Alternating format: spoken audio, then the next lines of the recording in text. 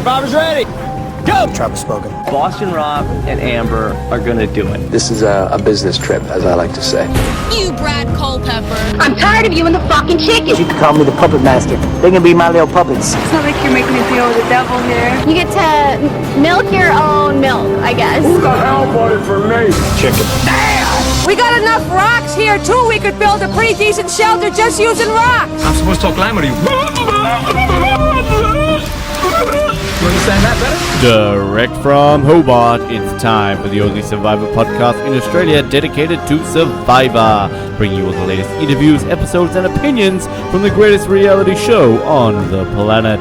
It's Survivor Oz, and here's your host, Ben Waterworth. Hello, everybody, and welcome once again to Survivor Oz, Australia's only Survivor podcast, as we come to you for the very first Oztopsy of season 32, Survivor Kaoh, Rong, and we are very excited to be back once again. We're into the late 60s when it comes to the number of Oztopsies, and we're doing a bit of a reboot, so to speak, of the Oztopsy. We thought, we'll get to like episode 67 and we're sick of it, so let's change it up by cutting everybody off and just making it Noah and myself, because that's what the listeners want to hear. Well, at least Zachary apparently does. But we're recording this a couple of days late. We didn't do it live this week, sadly, so we're a bit behind the 8 ball. But speaking of being behind the 8 ball, I've already said his name, so I may as well introduce him again. It's Noah Groves. Noah, how's your 8 ball going? It's predicting some very special things. I'm just recovering from having a bug in my ear, so I'm still a bit sick, but still excited for the Oztopsy, the reboot, in keeping with Hollywood 21st century tradition. But I do love the, in true Survivor Oz fashion, they tried and do something new and they screw it up on the first week and can't even do it live. So we're off to a good start on the big 2016 reboot. Yes. And first week screwed up. Yes. I'm good. How are you? I'm fine. I should point out this reboot is directed by Christopher Nolan, and it will trace the roots of Survivor Oz and where we began. It's an origin story. So, and it's a bit dark. It's broody. And potentially could get nominated for an Oscar, or maybe another Eastern European reality award. So we'll see. One of the two. I think one's more realistic than the other. So yeah, definitely. We'll leave it up to the viewers to guess. Well, I look forward to sitting next to Leo in a couple of weeks' time at the Kodak Theatre. At the European Award. Yes. But even Leo couldn't win one of those. Oh, poor Leo. Hashtag give Leo an Oscar. But we're not here to talk about the Oscars. We're here to talk about Survivor Kaoh Rong, the premiere episode. I enjoyed it. I thought it was good. It was a lot better than I was anticipating, I feel, actually, because I think a lot of people thought we were ripping shit into it in the preview episode. But I enjoyed it. Noah, did you enjoy it? Yeah, apparently I hate this season too already, just based on a freaking top 10 I've written about it. But I enjoyed it too. I liked how it was very different to Kaoh. Like, Kaoh was all about the brains versus brawns and the beauty, and it was just like strategy idols, and like they had brains coming in on a chopper and brawn on a truck and beauty in a boat. This was just a typical marooning. They mentioned brains versus brawn versus beauty, but it wasn't like a huge factor. It was only brought up every now and then. And it was a good mix of strategy and survival and character moments. I felt like the editing was really phenomenal with showing everyone. Like, of course, there was some characters who were bigger than others, but I still felt like everyone, even like lesser characters like Julia, still got their moment in the spotlight, and we got to know everyone in week 1, which was really good. I hope that continues on. So, yeah, it wasn't my favourite one of all time, but it was a really solid premiere, and it's really getting me hyped for this season. I can't quite pinpoint it, but there's just something that feels different compared to, like, the seasons from Blood versus Water onwards or something. I don't know what it is. It just feels like a different season. Well, I completely agree with that, and I think that it's interesting you bring up the fact that they barely mentioned brains, brawn, beauty, and I mean, that was such a big point of obviously Kaoh with everything, and I even feel on sort of, Blood vs. Water 2 in Psalm 1 Del Sur, and Fans vs. Favourites 2 in Caramoan, like, they still kind of emphasise that a lot, and generally, you assume they would have done here, but I mean, outside of the initial opening, there was barely anything there. And the opening itself, I mean, as you said, we didn't have them arriving on different forms of transport. They were just on a boat and straight away, like, your brain, your brawn, your beauty. There was no, like, big reveal, like, oh, this is what you're playing for. It's like they already knew straight away what they were doing. There was no, fuffing around at the beginning of anything. And, I mean, I particularly like that. And Jeff kind of throwing right back to Borneo with his opening speech of, you are witnessing 18 Americans. And it was very Cook Islands-esque as well, I think, kind of just the way they were throwing. Yeah, I got Cook Islands vibe.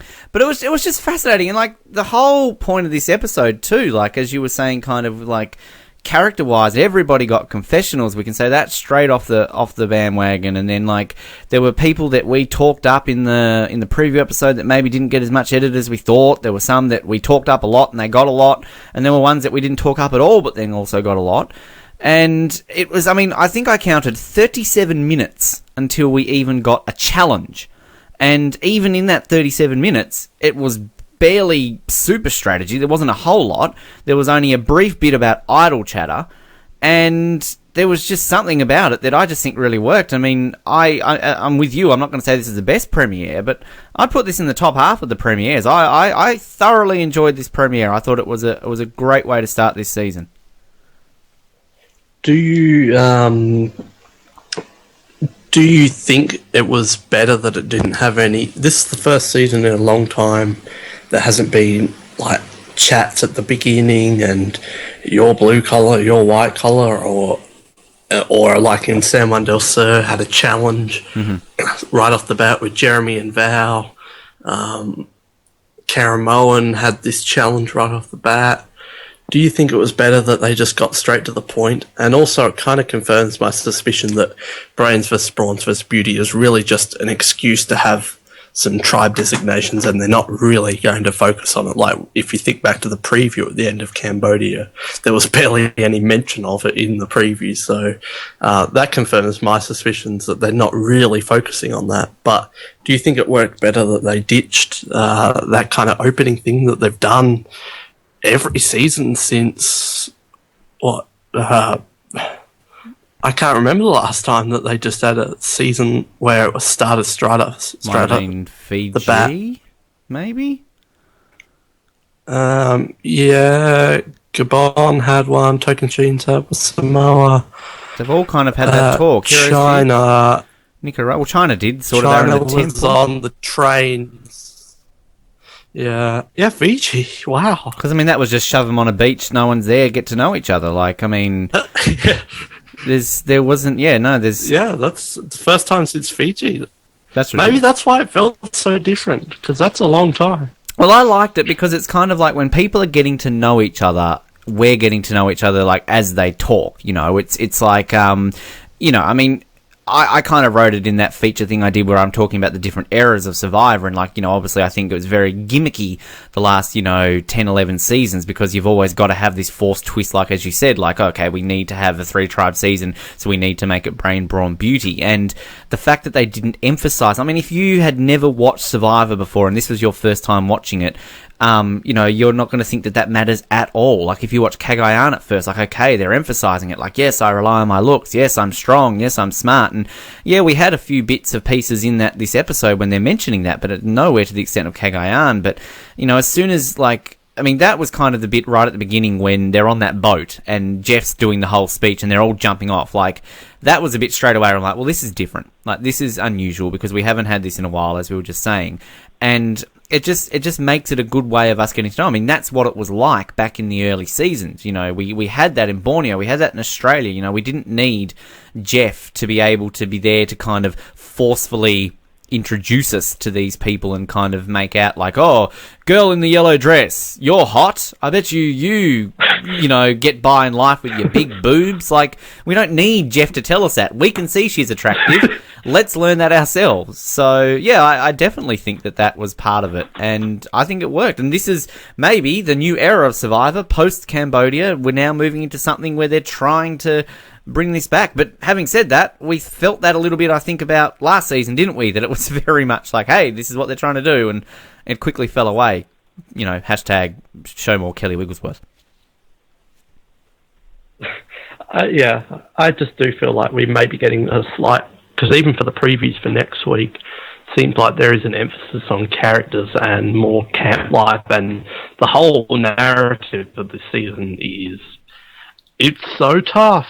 So I feel like the strategy will come more and more as the season goes on, but I feel like we may be getting a slightly different season this time. Well, it's interesting kind of with the strategy side of it. Like, we had strategy, of course, this episode, but, I mean, there wasn't, like, just straight off the bandwagon, like, let's do this, we're in an alliance, blah, blah, blah. I mean, there were alliances formed, a lot of them was really by circumstance, and, you know, yeah, there were people being, like, talked about, like, oh, no, this person, this and this and this, but, again, it was just, you just felt it was more about the people, and then...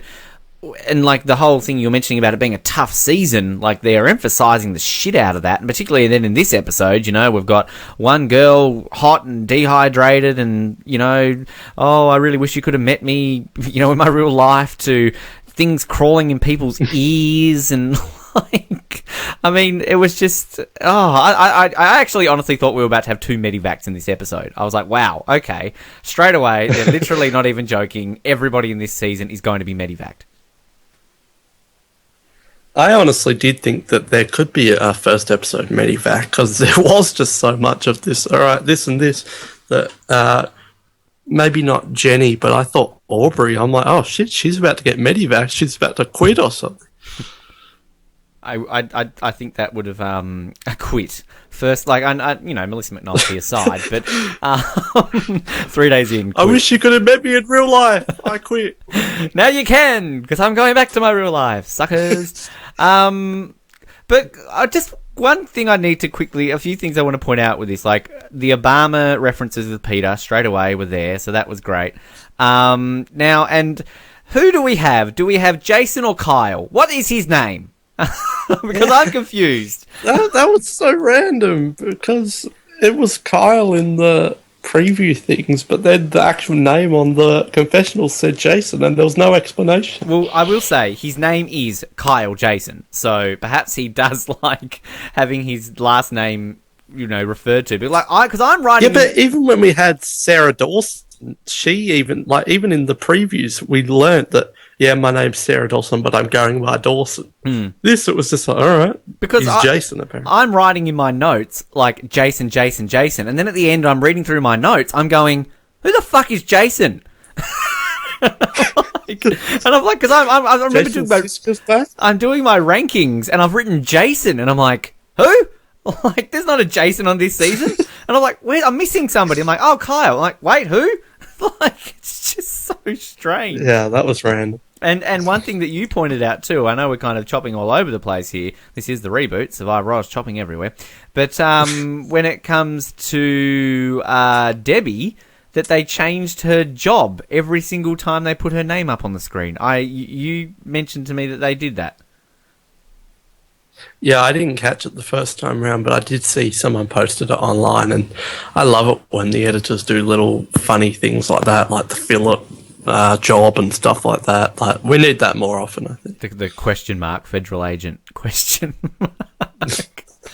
But we're going all over the place here. But I guess kind of, I mean, we can talk. I really think we can just talk about each of the individual tribes and sort of go through that. Because, I mean, when it comes to the challenge, I mean, I think you said, didn't you, that who gives a shit about challenges? Get rid of them. And, like, the challenge wasn't exactly.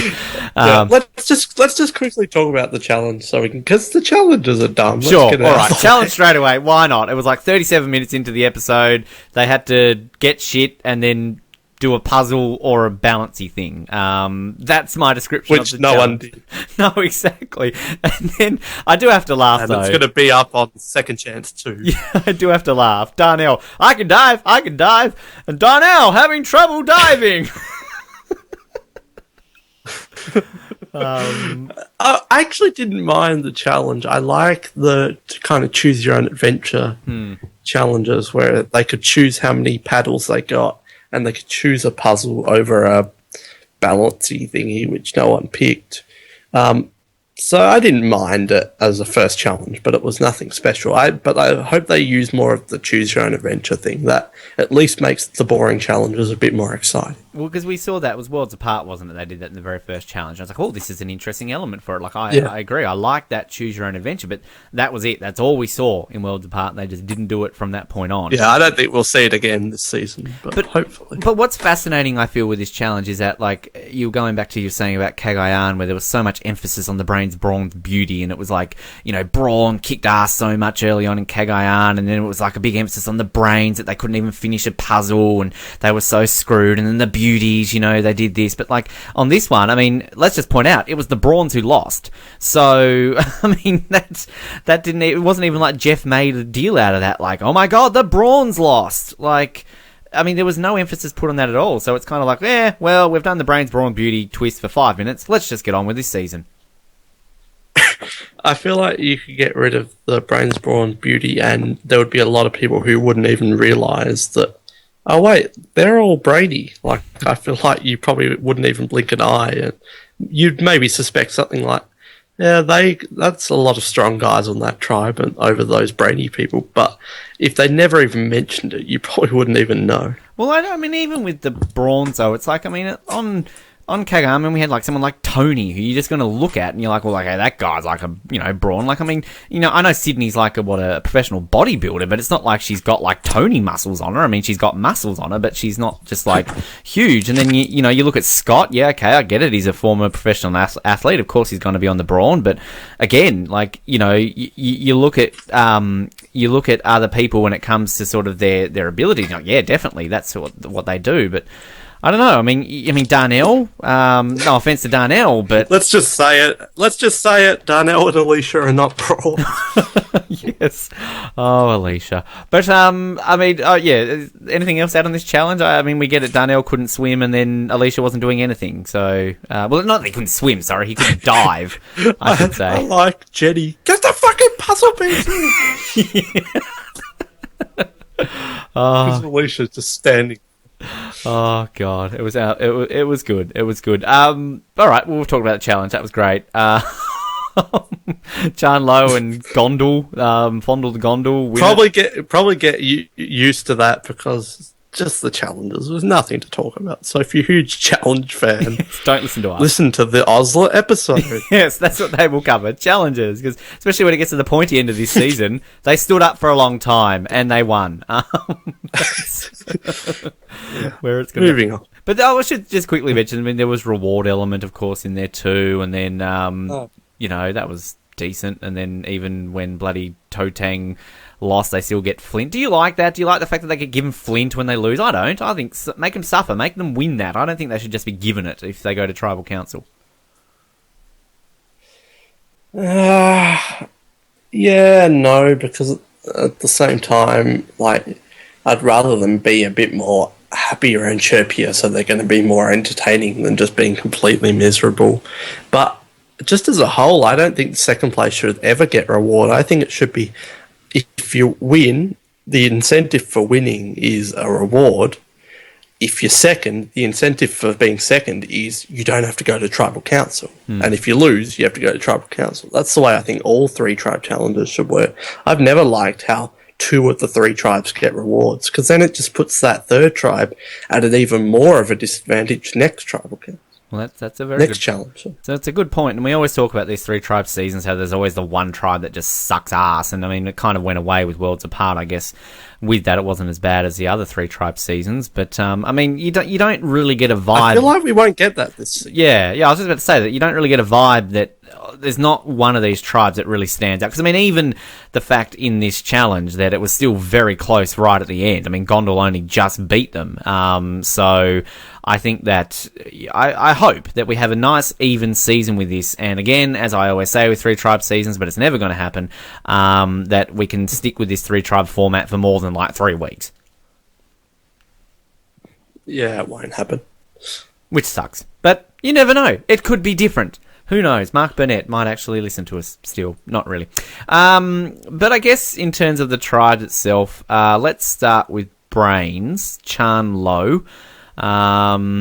Interesting dynamic of everything going on here. As I mentioned, Peter automatically, the Obama references going on there, Joe talking up his FBI prowess, Neil completely not Peter Harkey, so there goes those references out there. Liz, as amazing as we all thought she would be. Aubrey, well, she nearly died. And then there's Debbie, who, like, I love Debbie, don't get me wrong, but I'm getting more Shireen than Coach vibes at this point. I think there's still lots of Coach elements to her. But, I mean, what's your take on Chan Lo and everything going on with the Brains? Well, Debbie is just psycho, and I love it. I love when she brought up the Obama, and she's like, Peter's just like, oh my god.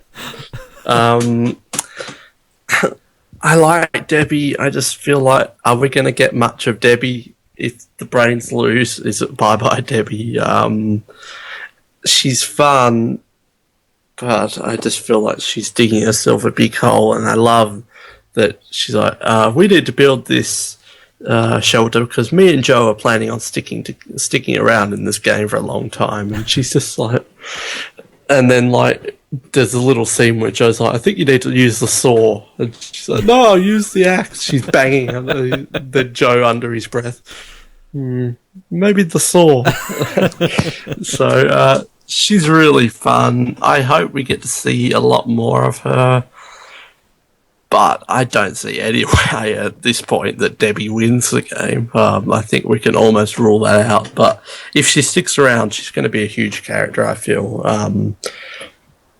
But I guess the main thing here is the four-person alliance that got built, which was basically the young people. So Debbie and Joe are on the outs, which I don't know, I would like to see Debbie and Joe stick around, but there's no one I really dislike on this tribe. Or as a whole, there's no one I really dislike in this season that much. I'm not particularly fond of Alicia, but for the most part, this entire season, there's no one I'm like, oh, I can't stand them. So I guess the alliance of Peter, Aubrey, Neil, and Liz is going to be a good one, but I just hope something changes because I would like to see Joe and Debbie around for a little bit longer. But yeah, I predicted Peter as the winner, and it's looking good for this point so far. What do you think of Peter? Yeah, I am very impressed with Peter. I like him. I think that he can easily win this game, and I mean, he's got his head screwed on. He seems to know what he's doing out there. He seems to be well liked. He seems to be capable in pretty much everything he does out there. So, for sure, I think he's in this game for a very long time. I think Neil, to be honest, though, he was the one out of all these ones that surprised me the most. Like, he was a surprise. I thought like he was going to be flaky and just all over the shop, a Peter Harkey type of person, but he was also head screwed on. He knew what he was doing. He was talking about everything well, and I think he can go very far. He's almost like, I know, and I'm not just saying this because of the ice cream comparison, but he's almost like an older, more mature Eric Reichenbach. I don't know if you got any of those vibes from that. Not really, but maybe if I thought about it a bit more, I could see something. But Neil was one of the biggest surprises. Like, I did have him going far in my predictions, but I didn't really see him as a big player. I thought he would maybe be like a Max Dawson-like character. But yeah, he got one of the biggest edits of the episode, and he was being shown as a strategist. The one thing about Neil, though, is we've got these great characters, and Neil was being shown as a bit of a player, but I feel like in his pre-game thing, he was kind of set up as I think he called himself a dandy, and he was a bit of a character. He's got ice cream pants. I felt like he was really just kind of, I'm doing a confessional, and this is the strategy that we're talking about, which I'm not necessarily complaining about, but he was the complete opposite. He's like all strategy and none of this kind of kooky character that I was expecting. Yeah, I absolutely agree. And one thing that I also want to point out, as well as the Eric Reichenbach comparison, he is a dead ringer for Gotche. I can't even say his name properly. You know, the singer, somebody I used to know, Gotche, Gotche. You know I'm talking about. I don't know what he looks like.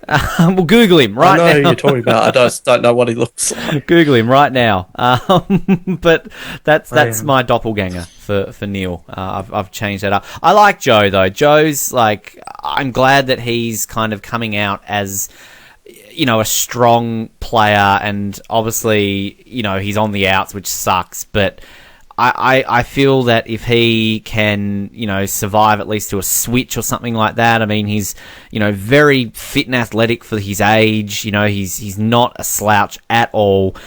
He's very open about the fact that he's, an FBI agent, and, like, again, not once has his age come up. And, you know, same with Julia when we get to the beauties as well. Like, we had such a big age gap when it comes to, like, an old person and a young person. And I'm glad that this doesn't seem to be a huge issue, besides the fact that he's on the outs. But it's not like they're saying, like, oh, he's really old, we should get rid of him. Like, it's more of a case of, well, us young four are going to stick together, but that should, I hope, go away come a switch up. He is incredibly fit for his age, though. I know we said that pre-season, but, like, it really showed. He's like he's the new BB. He's the workhorse around camp, and, like, he was incredibly, like, he would beat me in a challenge, I think. Oh, hell yeah. Beat me too. So, and it's kind of hard to tell, but I feel like he's probably well liked. I'm not sure if he's like a big grouch or anything like that. I don't know if he's a BB where he's just getting on people's nerves. I think that's more Debbie. So, even though Debbie's younger, maybe if it came down to those two, it would be Debbie over Joe, because just he's maybe a bit nicer or less annoying. I'm not sure. But I would love to see him make the merge, because he's such a typical pre-merge boot that I'd love for him to not be that. But do you think if Brains go to Tribal Council, is it a surefire guarantee that it's going to be Debbie or Joe? Or do you think there's a possibility one of the four could go home? Because it's not always that these first episode alliances stick. Remember the esteemed alliance of Pete Yukowski, RC, Abby, and Michael Scoopin from episode 1? Well, it's funny you mention that, because I was thinking of that, actually. And, like, I mean, yeah, Dead Ringer, Debbie is the first one that you would assume would go, a la Nina from Worlds Apart, or, you know, something like that. Like, they just scream first person out from the tribe. Having said that, though, Aubrey, like, I mean, you've got to see that we had this big emphasis on the fact that she was struggling early on. And, like, I mean, Joe, as you said, incredibly fit, did not let the tribe down at all. I'm sure he said his age, but we just haven't seen it on screen. Debbie, yeah, okay, she might be annoying, but again, she wasn't exactly a slouch. Are you really going to keep her around? Like, if Aubrey's still struggling out there physically, and this is nothing against Aubrey, but if she's dehydrated and she's struggling and she's constantly weak, then I know if I'm on that tribe, I'm going to be like, look, hey, she might be in my alliance, but right now we need to win these challenges. And I know kind of in Modern Survivor that's sometimes not really how it's thought about, unfortunately. I mean, a la Garrett goes at, you know, very early on, but, like, it's kind of, you know, I think that there would be a chance of Aubrey going. I think Peter is safe as houses. I think Neil's safe as houses, and I think Liz is safe as houses. I mean, it's Philippines when it comes to what the Blue Tribe. I can't remember the name off the top of my head. With, like, you know, Malcolm and Matsing, thank you, Malcolm and Denise and Russell. You know, they kept them around to try and keep that. So you're going to get rid of Angie, you're going to get rid of Roxy, you're going to get rid of Zane. So yeah, for sure. I think that it looks as though on paper right now that Debbie and Joe can go, but it would not surprise me one bit if it was actually Aubrey who was cut first from that tribe. Yeah, I completely agree with you. I do agree that those other three are safe into a tribe swap, which will probably happen at 14, I'm guessing. So that's only 3 more tribal councils.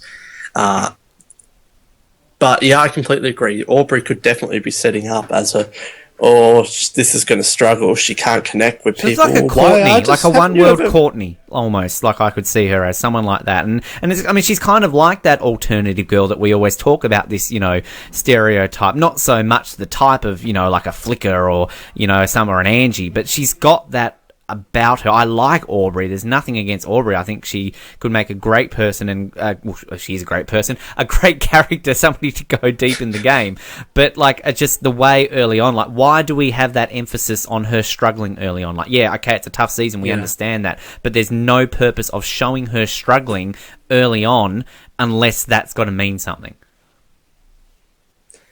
I definitely agree. It could be foreshadowing, and I think outside of Debbie and Joe, she definitely screams early boot compared to those in those 4 alliance. And I just hope she gets a bit better, because I think she could be a really fun character. Like, I just remember at the marooning, she jumps off the boat and she goes, "Woo!" and she jumps into the water.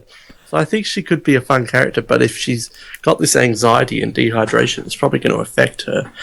That being said, she did pull through in the challenge and really won it for them in the end. So if she keeps that up and Brains continue to win the next challenge, like if they win 2 challenges in a row and she keeps that up, then I think she's secure. But I could definitely see them getting like someone like Joe on their side and saying, Aubrey's really bugging out here.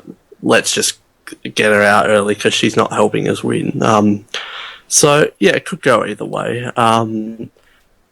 But if my counting is right, then the only brain we haven't talked about is Liz. Yeah, I was about to say that, Liz. I just wanted a special mention to her because... Great character. Yeah, and great she... player. Gorgeous. Character. Gorgeous. Can I just point that out? She is beautiful. Yeah, she could be on the beauty. Oh, incredible. And she's on so many people's lists as a potential winner as well.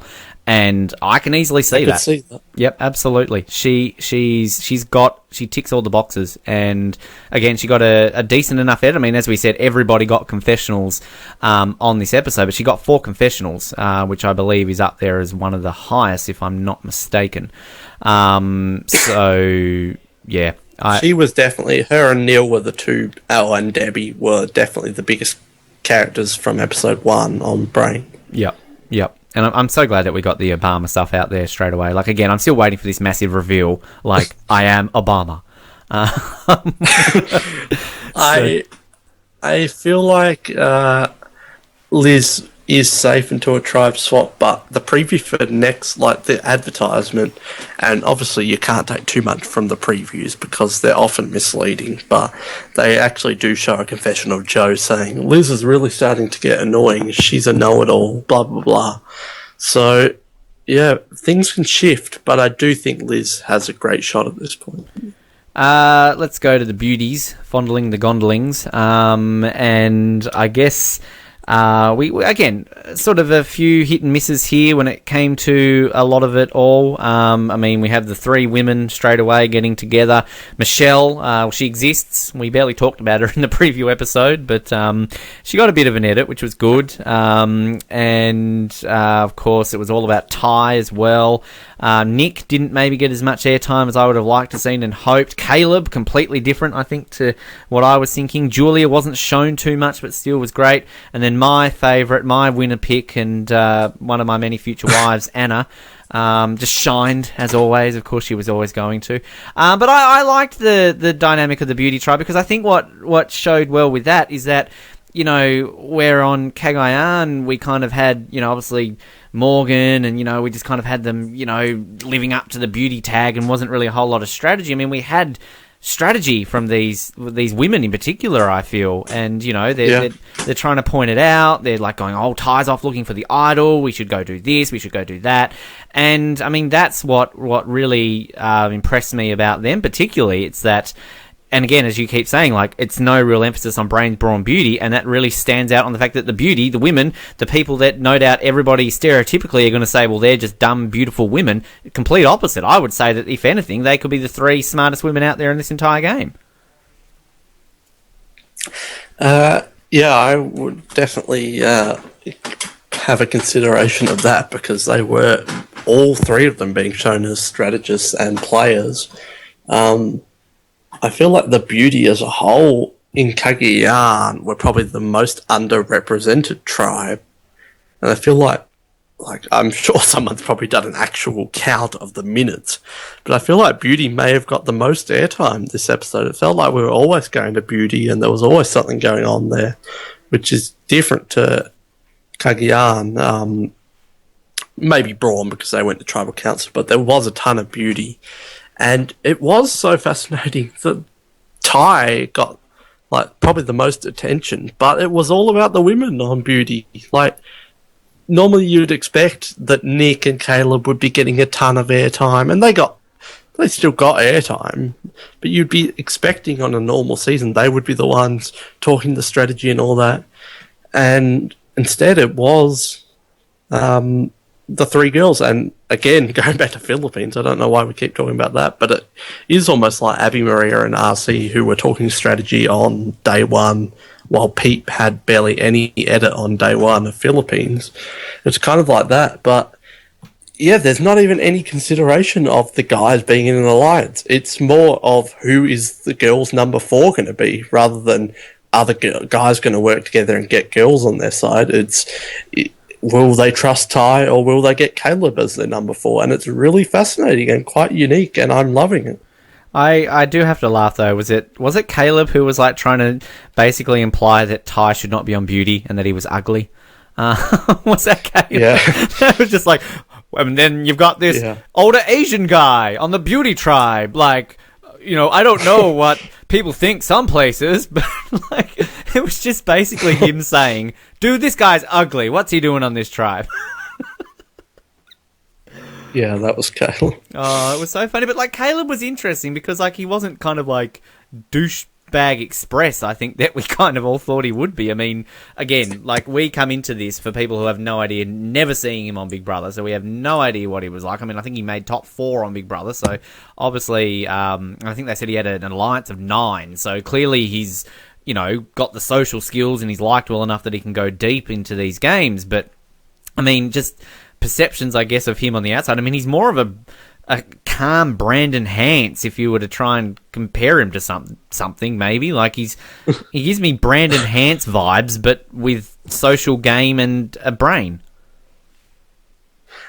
Yeah, I don't love Caleb, but I do like him more than I thought I would. And we'll get to Nick, but it feels like Caleb is probably more in with the women than the other two guys at this point. Ty had his shot and kind of blew it, but we'll get to that. But it feels like it is kind of, at this point, it may go the way of the 3 women plus Caleb as an alliance, because they did put that emphasis on he's loyal, and they saw him saying, yeah, I was on Big Brother and all this stuff. So I think Caleb has a lot of potential in the game, and he received an okay amount of airtime as well, more than some people. So, again, don't love him, but I think he's doing decent. I think I put him around the midway point on my power rankings this week.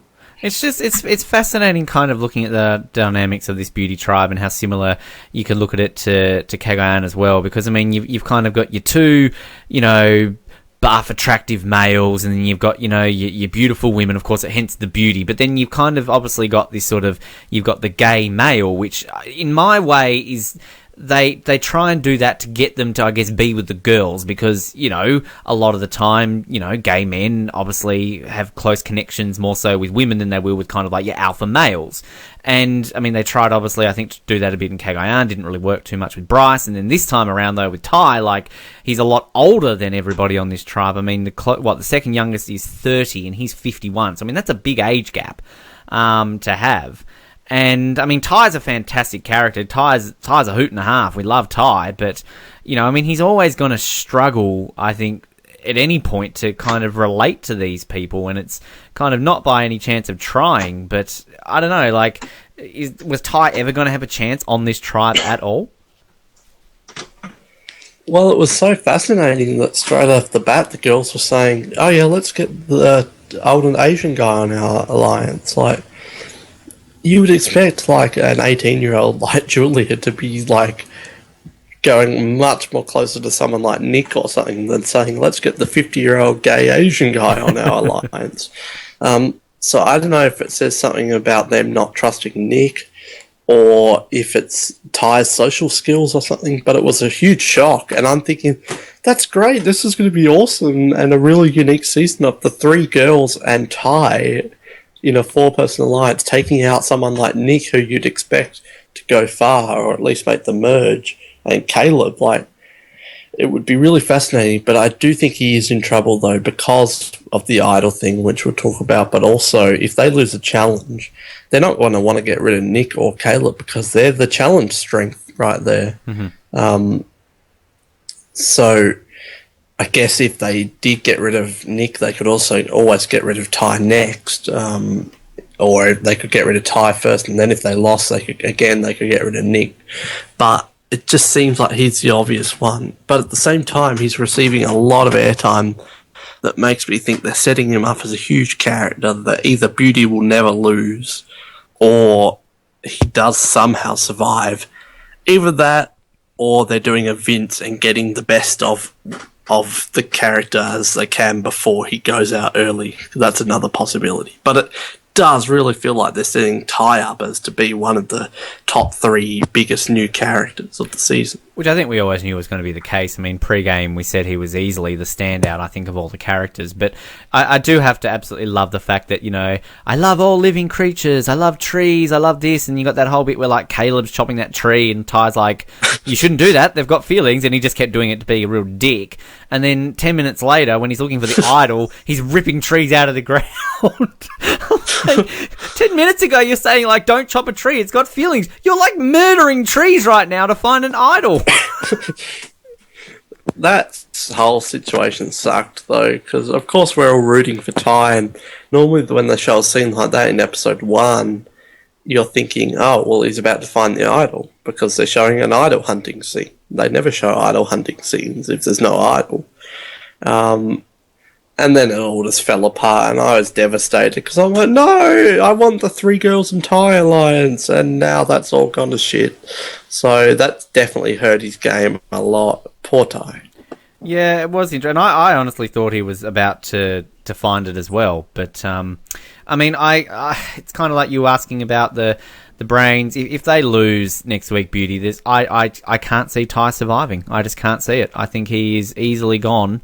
Should they lose? And the only way I think he will survive is, again, if he does find that idol.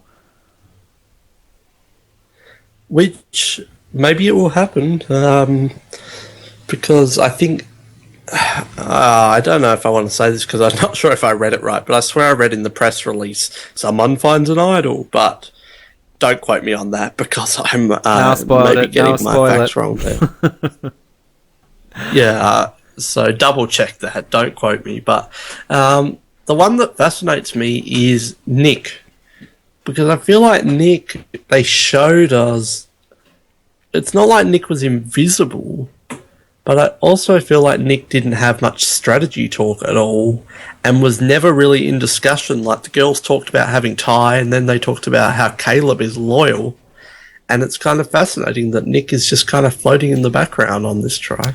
Yeah, I was surprised too, because, I mean, like, I absolutely love this man pre-game, and I still love him. I think he's got such potential to be such a great person, because, I mean, in the few bits we saw of him, I still think he was just fantastic to watch. But yeah, it's kind of interesting looking at it. I mean, I guess even if you go back to Kaoh, I mean, did we really get that much from LJ? Did we really get that much from Jeremiah? I mean, not that they really turned out to be, like, super important people in the season, I guess. I mean, except for I've never been in a cave before. But, you know, it's I don't know. Like, again, there was so much more emphasis on Caleb and obviously Ty, but I think, again, going back to it, though, the fact that we had the three women really being the stars of this tribe, which was just such a surprise, and it's so good to see. And it's like, I don't know, like, in my rankings, I've put every single person on this tribe so high up. I would probably argue that they might be in the best position right now out of all the tribes, just because they've got what seems to be an alliance of 5, compared to the other tribes where they don't necessarily have an alliance of that many people together. And again, it's the women, and it's Anna. Anna, like, goodness me, she is just, talked her up pre-game, she's amazing, she's still my pick to win, so she's not going to win, clearly, but, she's ticking all the boxes again, just like Liz does. She's gorgeous, she's smart, she's just everything. give me more Anna.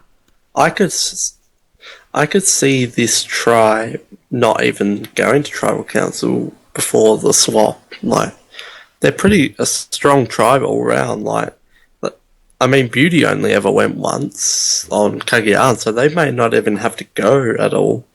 But just one thing quickly on Nick before we move on to other people is I can't tell if he's being a character or not. The way that he talks, like, it annoys me because I like Nick. I just can't tell if it's real or not. Just the way he's like, he talks like he's in a theatrical play or something all the time. Like, because I'm better looking than most people.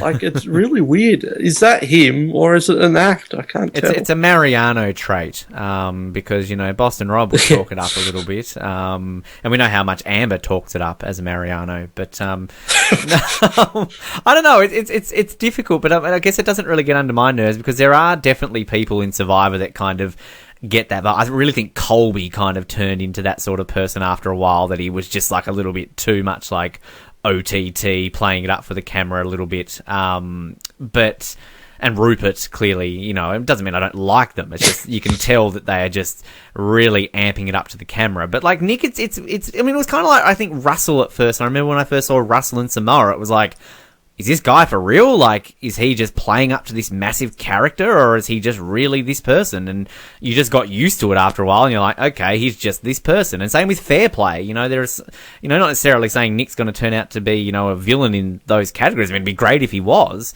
but he's got potential just with the way he is. And I mean, I just hope we see more of him. I just love him. I think he's great, and yeah, I still think he can make it very deep, even though we didn't get to see much of him.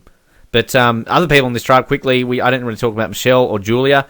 I mean, we got something from Julia. I mean, seriously, if you came into this season and you've got an 18-year-old sort of very pretty blonde college girl, you're gonna you're not going to get any airtime from them.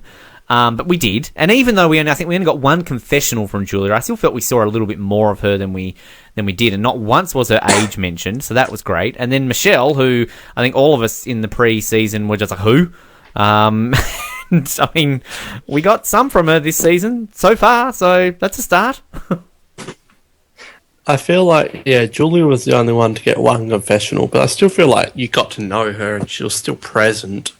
I feel like that's probably representative of her not being a major character this season.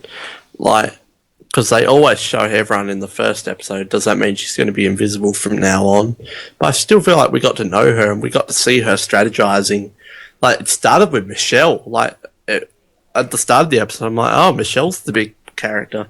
But then as the episode went on, it went to more of Anna. But we saw Julia making those bonds with Anna and Michelle and talking about Caleb from Big Brother and stuff like that. And Michelle as well, like, a bit of a surprise. She's still probably my least favourite of the Beauty girls and maybe my least favourite on the Beauty tribe. But I still feel like she kind of shocked a bit as she was talking strategy and she was a bit more of a character than I was definitely expecting. So that was a pleasant surprise. But yeah, she's probably not my favourite of the cast, but she has potential though, I think, Michelle. All right, the Brawns, Toe Tang, Red, they lose, spoiler alert, but going through them, Scott, well, he was one of my big surprises this episode too. I mean, straight away, he said pre-game he was going to do it anyway. Straight away, hey guys, I was in the NBA, great. And it wasn't really even mentioned from that point on. Then we had Jennifer, then we had Kyle, Alicia, Sydney, and of course poor old Darnell. Sorry, Jason, or are we calling him Kyle? I don't know. But yeah, interesting dynamics. Scott, again, surprised me because he was a lot more strategic and a lot more out there than I thought he would be. I mean, he was almost very much like a Brad Culpepper, I would say, just in how he was doing it, but maybe not as aggressive. Like, I don't maybe think he's pissing as much people off as Brad did. And perhaps we're going to have a pro athlete that actually is a fairly decent player of this game. I mean, Ethan technically was a pro athlete and he did win this season, but and I mean, Jennifer, I mean, all we really got to see from her is a bug in her ear, which was just all kinds of weird and cringeworthy. Kyle or Jason, I mean, he gave me epic Chris Doherty vibes at the beginning, but then he turned more into a Russell at the end. Alicia, oh God, we've got a whole episode on her to talk about. Sydney, well, I was absolutely thrilled that, you know, she wasn't just passed over like, you know, usually the type of people like Sydney are and just ignored and then, you know, set up to be like a second or third boot. She seems to actually be involved in this tribe and involved in this game, which is great because I think she has great potential. And then poor old Darnell, who, you know, almost did a Zane and was like, hey, I fucked up, vote me out. And, well, they did. But this time it wasn't strategy. I think Darnell just genuinely felt bad. Yeah, where to start? That's an eclectic group of 6 people. I think I really liked Scott. I would challenge you on that. I think Jeff Kemp was a pretty decent player, but that's true. Let's not go there. All the Philippines references this week. But I normally like the pro athletes, so like the only one I wasn't too fond on was Cliff. I didn't really have a strong opinion either way. But normally I like them all, like Rocker and Jeff Kent and Brad. Even just the celebrity contestants in general. I liked David, not Jimmy Johnson, but not really Lisa Welshel too much. So I wasn't surprised that I liked him. But yeah, maybe this is the new way of doing it for the celebrity contestants, to just come out straight away and not try and hide the fact that you are a professional athlete with lots of money, because really you would expect there would be more confessionals of, oh yeah, Scott told us and we'll keep him around for now, but we're a bit cautious. There was nothing like that at all. No. And I put him at the top of the brawns for the power rankings this week, because he does seem to be almost a leader without being a leader, without that target. People seem to like him. Jason is a bit more aggressive and a bit more villainous, while Scott's just there. He's strong. He seems to be making bombs. So I was kind of shocked and kind of not shocked, but I really enjoyed Scott, and I think he's around at least to a swap, if not the merge. Yeah, you make a good point there with obviously Jeff Kent. I am a Jeff Kent fan too, but it's just fascinating because a lot of the time with all these pro athletes, it's always just hiding and like, oh, I know who that person is. My brother's, you know, friend had a baseball card and Jeff Kent was on it, you know, like it's kind of, there's always that one person who just happens to know who they are, but like, it's just this time straight away, hey guys, conveniently placed on the same tribe. Yeah, and like straight away, oh, I was in the NBA. Oh, cool, wicked, let's move on. Like, I mean, it worked in the Australian Survivor, the bad one, before we hopefully get to the good one, that obviously Rob Dixon was a former AFL player, and no one gave a shit about that. So I think from memory he was fairly open about that too. So, you know, I guess it can work in certain forms of the game, but I mean, if you look who's around Scott though, like as you said, like Kyle, kind of, you know, he's man there with like, you know, a bit villainous. Jennifer, we really haven't seen a whole lot from her in terms of, besides getting eaten from inside by a bloody bug. You know, Sydney's kind of there, as I said, but involved and kind of, you know, taken with it, which is good. But then you've got Alicia, what did she say? I'm a mental genius or a mental giant, and every 3 seconds... I'm a mental giant. And like she had so many quotes this episode of like, I'm so mentally great and I'm so brilliant. And like, I honestly was so surprised she didn't get voted out, because as soon as Darnell had the whole big like, you know, I've had a terrible life speech, which was, you know, very heart-wrenching. I'm not trying to say anything against it. He was obviously being completely genuine. I don't think that was in any way doing it to try and, well, I mean, okay, I guess a little bit to stay in the game. But, like, just the look on Alicia's face at that point was like, oh, fuck. Guys, like, one time I couldn't do my nails properly. Like, I mean, you know, and then he still goes home. And I don't know, like, I think we should talk about Alicia separately here, because I feel she can have an whole episode talked about her. I mean, Alicia, what do we say about her? Yeah, she's my least favourite contestant on the season at the moment. I don't hate her, but if she goes next, I'm not going to be upset at all.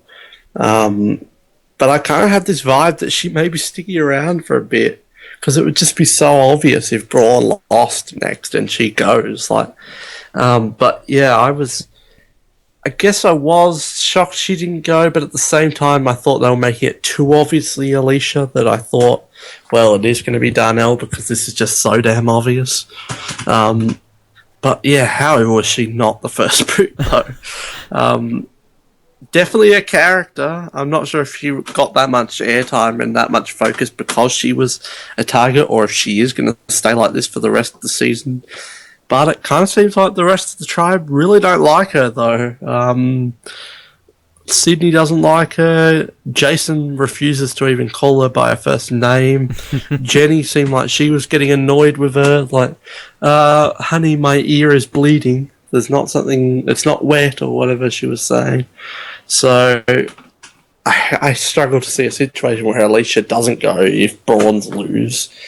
But of course, this Survivor, it's very unpredictable sometimes. But she's just something else. Like, she is completely different to any of the other blonde girls, like the stereotypes that they've ever had on the show, I think. And I'm really surprised she's not on Beauty. I'm confused why she is on Braun at all.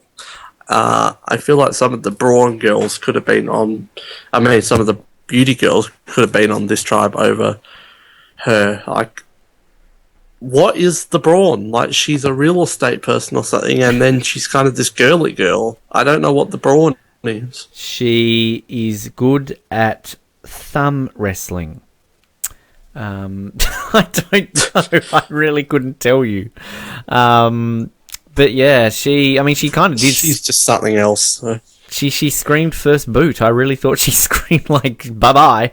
But I want to ask about the tie in a second, but just quickly, the bug in the ear, like, what the hell was that, man? Like, that was just creepy. And then to actually see it, it was like this tiny little thing. I was expecting like this giant thing with like legs and pincers and just like eating her out. And it was this tiny little worm thing. Like, that was causing all that pain.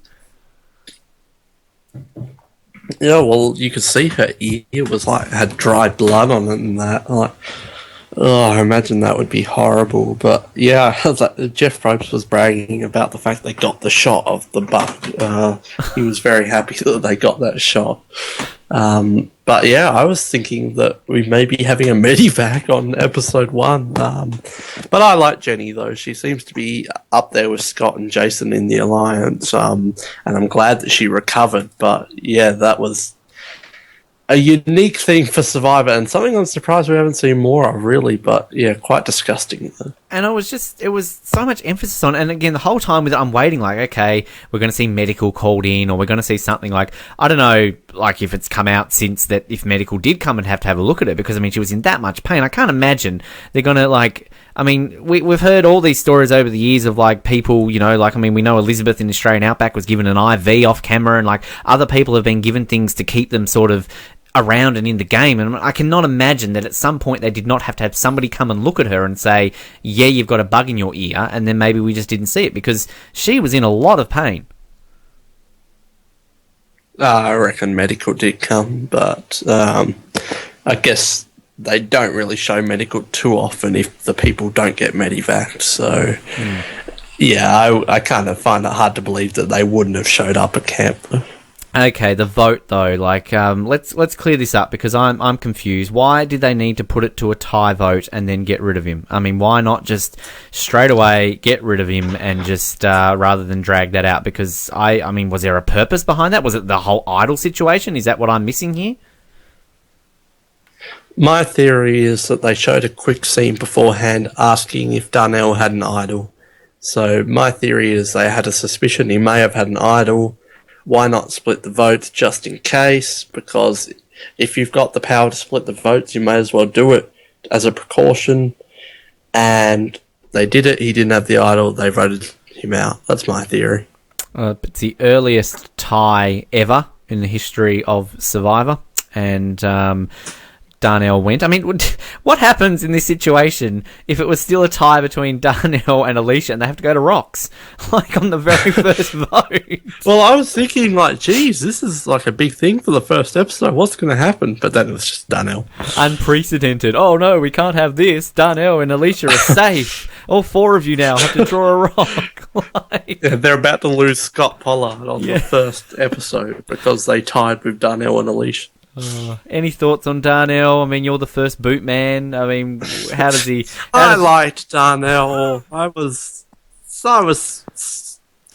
mildly sad. I wasn't devastated that Darnell left, but I liked him. Like, we got to see him take a turd in the water. There was a fun secret scene of him doing yoga. Brown trout, that was it. Sorry, you've got brown to use your trout. screen name. Brown trout. And then his confessional, God, now I just take a dump in peace. I thought he was a fun character. I think he had a lot more to show, and I think most people had him in the finals, or at least going far in their predictions. It was kind of a shock. I don't think most people thought Darnell would be a first boot. But yeah, I was upset. But at the same time, there are so many more characters who, if Ty or Debbie or Peter or Liz or Aubrey, Anna, like all these people went first, I would have been more upset. But yeah, it kind of sucks that Darnell went over Alicia. And I don't know, I feel like Darnell, even though he screwed up at the challenge, is probably going to be stronger in challenges than Alicia will be. So maybe Braun will be the new brains and lose every challenge because of this. But yeah, I definitely did like Darnell, and I think he's a good addition to the first boot club as well. Oh, poor Darnell. Yeah, I liked him too, and he had a lot of potential and everything there. But well, he won me some money, so I'll at least... I nearly thought it was going to happen again. Of course, it happened last bloody season with Vetus and Abby, and I thought, like, oh, great, you know, straight away, here we go. It's going to be similar to last season. I think I'm about to win my money back, but no. But thankfully this time, Darnell goes, so I double my money. I've got Lanzetti, so I almost had first boot Medivac money. Would have happened again. You beating me at the last minute. Well, I had Vetus, yeah, so... Well, you've had 2 first boots, haven't you? I've had 2 first boots now as well. Yeah, I've had Vetus and Rupert. I had and Darnell. It's first boot. You're either first boot or 5th. But I've actually done first boot or 5th. Although I've been lucky, because I also had Carolyn, didn't I think? Maybe? Yeah, I think you did. Yes, you did.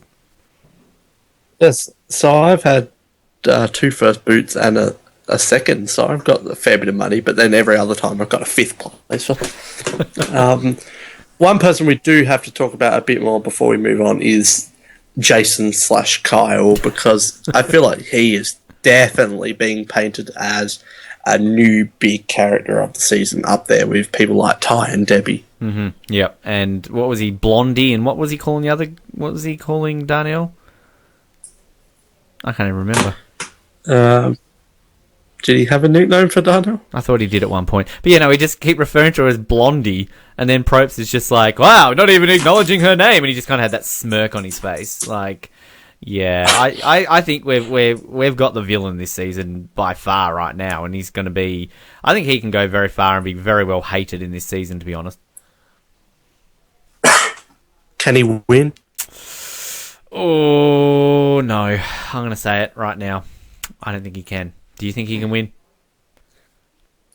I think he could, but he's probably not going to be the winner.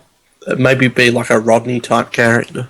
But at the moment, he is in a great position. But I put Scott above him in power rankings just because he is a bit abrasive, and I could see him starting arguments with some of the other people.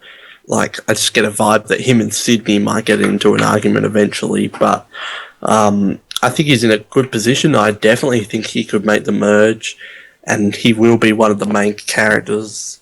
But, yeah, it might be a bit tough to win if he keeps up his villainous traits, but definitely one to watch. I feel like he's going to get a lot of airtime. I'm going to get so confused. Is it Kyle? Is it Jason? Just call him Kaysen or Gile or something like that. Like, just bound. I'm just going to call him Boba Fett because, like, it was just weird because if you would never know if you didn't watch the preseason thing. Yeah, exactly. Like, you'd be surprised. What? His name is Kyle? And again, I'm writing down on my notes Jason, and I'm reading my notes back. Going, who the hell is Jason? And I'm like, oh right, okay, Kyle Jason. Yes, or it could be Jason Kyle.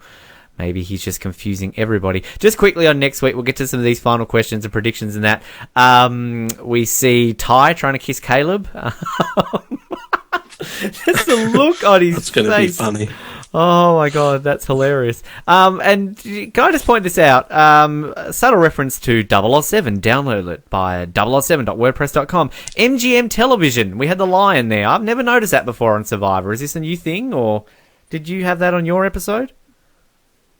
I didn't notice it, but I'll go back and watch. Sort of at the end with the credits bits before they go through, they had the MGM line. I didn't know that Survivor fell under the banner of MGM. So maybe it's a new acquisition. I don't know, but hey, there's another connection to 007.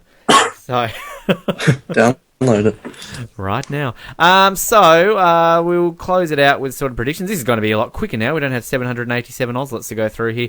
So yeah, if you didn't get it already, my sweep was gone. Bye bye Darnell, bye bye me. I get $20 back. So who had Alicia? Who was I up against? That was Patrick. So sorry, Patrick, you not going to get any money. Now, in terms of the preseason predictions, I had him at 10th. So I had him in the middle. You had him as equal runner-up, Noah. So going well there. But the winner who gets that, Alec, had him at 14th, which is the closest to 18th, of course. So congratulations, Alec. You get a point for our power rankings. Well, we didn't do a preseason one, so we don't have any ones there for that. But final questions here, really. Then Noah, always the hardest in the first week. But who's your tip to win Survivor Kaoh Rong right now? Oh, I think there's a good selection of candidates. Maybe about 9 at this point. But maybe I'll say Anna for week 1. Yep, she's my pick as well. I've still got her. She was my preseason pick, and I'm not moving her right now. I think she can still do it. Who's your dark horse? Maybe we'll chuck Neil in for that one. Neil. I'm putting in Scott for a dark horse. Ooh, I don't know if he could win. Scotty Too Hottie does it. Who's next to go?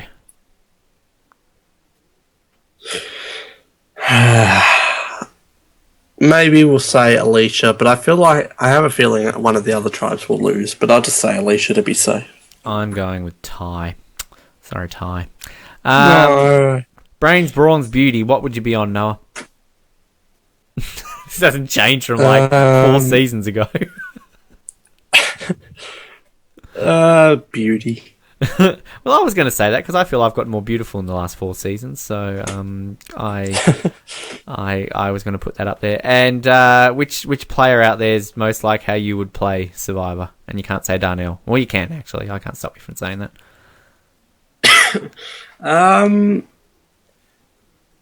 Yeah, maybe a mixture of Aubrey and Ty.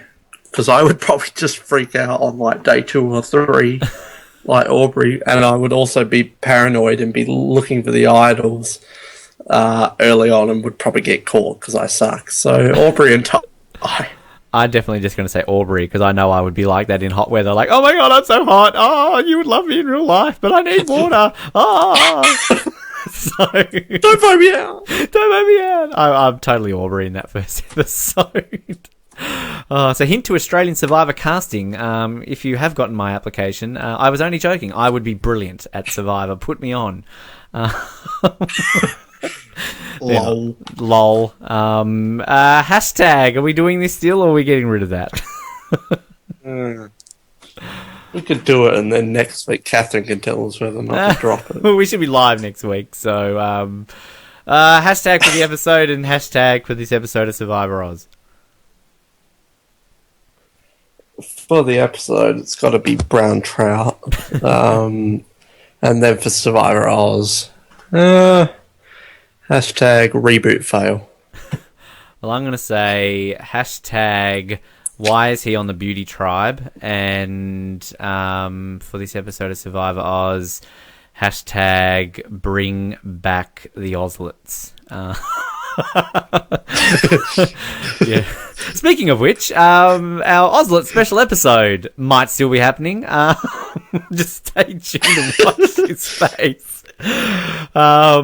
Yeah, it's been an interesting weekend, I guess, in terms of getting everything set up and organised. So, hopefully it'll still be happening. Who knows what's happening? And our recap episode, which we have not advertised at all, apparently, is with Trish Haggerty from Survivor Kaoh. She's going to be talking with Colin tomorrow. So, if you're listening to this, maybe. Oh, who are we kidding? It's going to be Billy. But no, he'll be actually on next week. No joke either. So if you've got any questions for Trish / Billy, send them in to survivoroz@hotmail.com.au, or tweet them or Facebook them or knock on my door because I moved, so you don't know where I live anyway. Not that you did in the first place, but yeah, and I think we're still doing The Amazing Race. I don't know. Colin was doing that a second ago, so I don't even know what's going on with our show anymore. Maybe. Will there be more interviews? Maybe. Maybe. And donate to Reality Rally, because I'm going there, and you can send money to help charity, which is good. So Maybe. Thank you, Noah, for joining us on this rebooted Oztopsy. It has been fun. Oh, sorry, I shouldn't go off script.